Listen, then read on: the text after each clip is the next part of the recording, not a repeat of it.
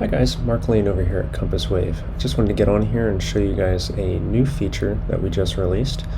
So of course we have our widget pages section here. If you're familiar with Compass Wave, our widget pages is where you actually build your estimate tool. So you can create as many or as few pages as you want. We have other tutorial videos on that. The purpose of this one is there's transitions between each of the pages. So normally with our widget, it just kind of switched, so it would reload the next page.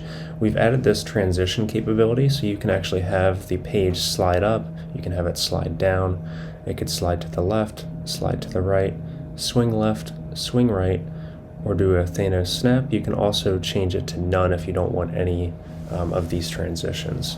We'll continually add to this, but I just wanted to demo this today. Today we're going to do the slide right, and then we're going to do a swing left. So if I open up the tool here, I'll just put in my information in the form, answer the questions, hit next step. Now this is going to slide. And then you'll see here when I click next step, this is actually going to swing. So those are our new features that we just added. If you have any questions regarding Compass Wave and how our transitions work between our estimate tool, just give us a call or visit us on our website, compasswave.com. Look forward to hearing from you and hope you have a great weekend.